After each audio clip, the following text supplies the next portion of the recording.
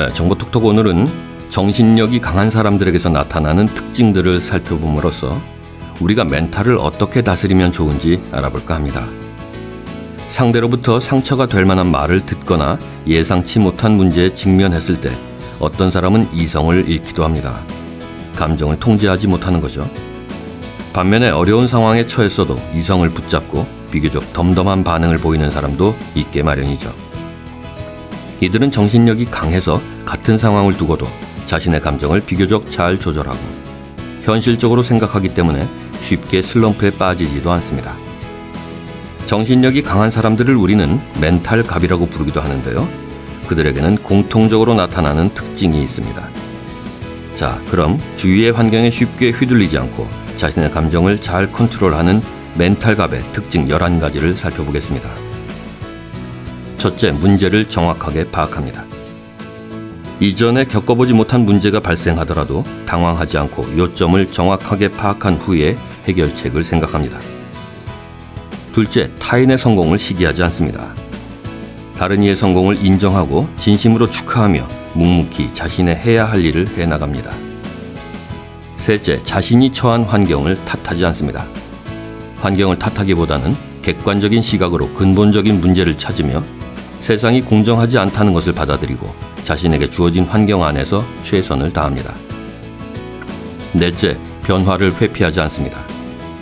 변화하는 것을 두려워하거나 회피하지 않고 오히려 언제 변하더라도 빨리 적응하고 대처할 수 있도록 만반의 준비를 합니다. 다섯째, 모든 사람을 만족시키려고 애쓰지 않습니다. 정신력이 강한 사람들은 자신이 모든 사람을 만족시킬 수 없고 상대도 자신을 만족시킬 수 없다는 것을 알기에 서로의 의견을 존중해주는 환경을 만듭니다. 여섯째, 과거에 연연하지 않습니다. 지난 과거에 얽매여서 후회하지 않고 오히려 과거에서 교훈을 얻어서 더 나은 미래를 만들기 위해 노력하는 데 집중합니다. 일곱째, 실수를 반복하지 않습니다. 멘탈이 강한 사람은 실수가 반복되지 않도록 하는데 신경을 씁니다. 자신의 실수를 정확하게 짚고 넘어가면서 앞으로 더 나은 결정을 하기 위해 부지런히 움직이죠. 여덟째, 쉽게 포기하지 않습니다. 실패는 성공의 어머니라는 말이 있잖아요. 실패를 성장과 개선을 위한 기회로 이용해서 목표를 향해 나갑니다. 아홉째, 기분 나쁜 일이 있으면 곧바로 표현합니다. 감정을 숨기고 혼자 끙끙 앓기보다는 그 당시 자신의 기분을 정확하게 표현함으로써 무례한 사람으로 인해 멘탈이 흔들릴 일을 차단합니다.